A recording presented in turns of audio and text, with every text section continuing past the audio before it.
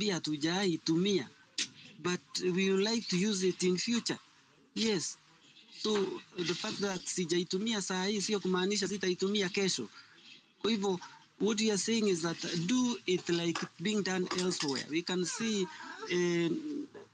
elsewhere they are doing. You can see Tanzania, they are coming up with one from the scratch. You can see Rwanda is also doing so from the scratch. Do it from the scratch. Yes, do not sell our infrastructure with goodwill, with some assets there. Why are you just don't take our our intelligence for the sake of it, yeah. Usifikiria hata sisi hatuelewi, tunaelewa. So kindly tulikupatia option tuongoze kwa njia ya maarifa, tuongoze using kindly leaders with wisdom. Yes, do not only apply your knowledge and thorax. When you apply kifua kuna pahali itatusukuma, mwishowe miaka itaisha. Yes, since June 25th miezi 6 imeisha. Yes, kwa hivyo miaka inaisha. Hata hiyo 10 mnashida mkituambia 10 sijui 10 huwa mwishowe itakuja, mwishowe itafika, but legacy gani utaacha? So let me go back to when you take us back to the former government. We appreciate that there were abduction then. Tunataka kwa sababu ni nyinyi mko na uongozi, yule aliyekuwa Inspector General wakati huo, yule aliyekuwa NHS yule mkubwa nini pale Kiambu Road, kwa sababu mnamjua, kwa nini msimpeleke kotini? Kwa sababu ya the atrocities ambazo zilifanywa wakati huu. Sisi mnatuambia tufanye nini? What are we going to do as Kenyans?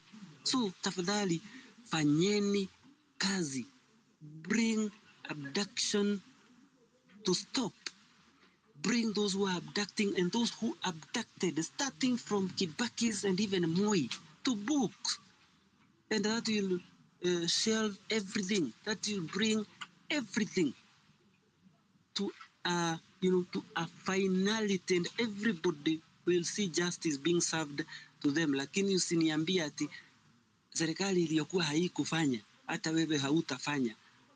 That is a stupid way of arguing. Thank you, Pipita, and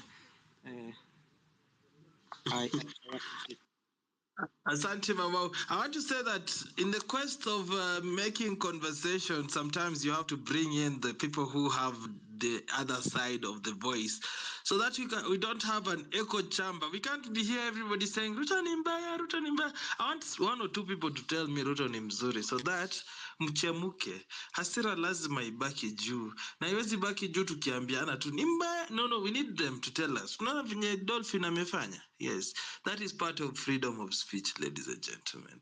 Clinton, talk to us. Then Malia, then Jides. Thank you, Pipi.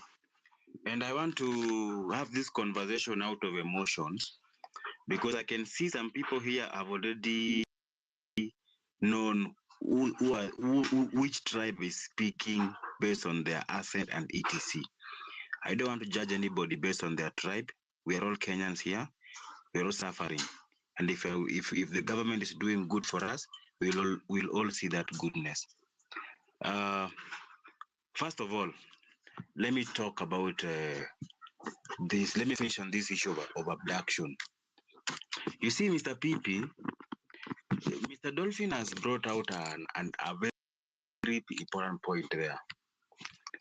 Let's begin in 2007, 2017, sorry, during the contest between Uhuru Kenyatta and Right Honorable Raila Odinga.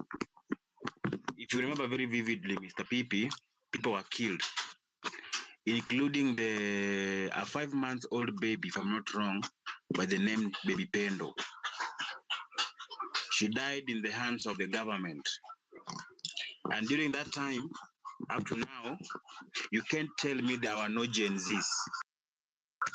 You can't tell me there was no Twitter. Right, Mr. Pipi? Twitter was there. Unakelele ndugu yangu kwa your background, it's so noisy, yo. Ndio nime-reduce. Pole Mr. Pipi, nime-reduce. So I was saying, let's start from 2017. People were killed. Some people were thrown in rivers with their bodies lying, floating on the river. During that time, we had Gen Z, we had Twitter, we had the woke people who are now telling us that this and this is wrong and this and this is not right. They were there, bro. Seto wameamka leo venye Ruto amechukua presidency. You understand?